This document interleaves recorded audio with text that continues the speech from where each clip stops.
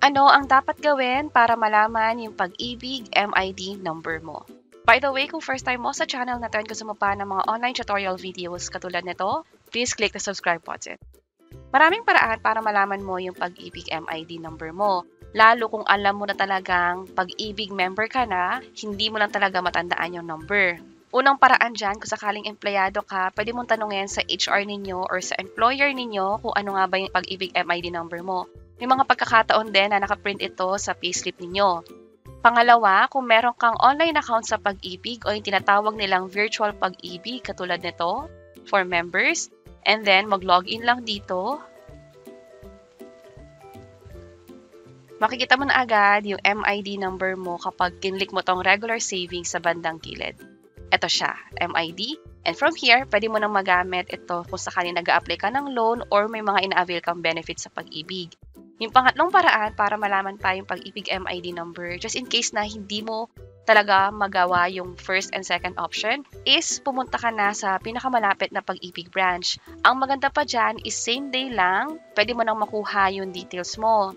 Unless may mga issue katulad ng offline yung system ng Pag-ibig nung araw na pumunta ka. Pero under normal circumstances naman, pwede nilang mabigay within the same day lang. So ano yung dapat mong gawin? Pagpunta mo sa Pag-ibig branch, dun sa guard, sabihin mo lang na magpapaprint ka ng members data form or gusto mong malaman yung Pag-ibig MID number mo. Kapag ganon, bibigyan ka na nila ng form na katulad nito, yung request slip.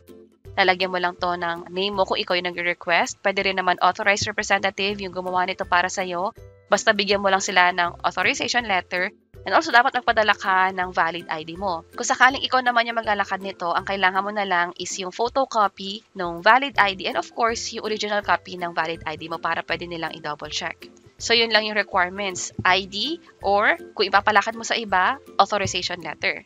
And then, ang purpose ilagay mo lang dito, pwedeng for employment, kung sakaling nag-a-apply ka pala, or kung sakaling gusto mo mag-avail ng benefits, pwede mo rin yun ilagay dito. And then, naka-check na tong members data form. Kung sakaling may gusto ka pang ibang i-request or isabay na dito katulad ng mga statement of account, dun sa mga loan, pwede mo na rin siyang isabay. At kapag okay na, isulat lang ang pangalan at pirmahan din to. Bibigyan kayo dapat ng number doon sa Pag-ibig or pwede nyo nang i-inform yung information desk or yung guard na na-fill upan nyo na yung form at hintayin nyo lang na matawag yung pangalan ninyo or yung number ninyo sa Pag-ibig. And from there, pwede nyo nang malaman yung information ninyo sa Pag-ibig kasama na doon yung membership ID. Kung sakaling may mga correction nga rin pala, doon nyo rin makikita just in case na may discrepancy pala sa spelling ng pangalan ninyo, pwede nyo nang ipakorrect sa branch mismo.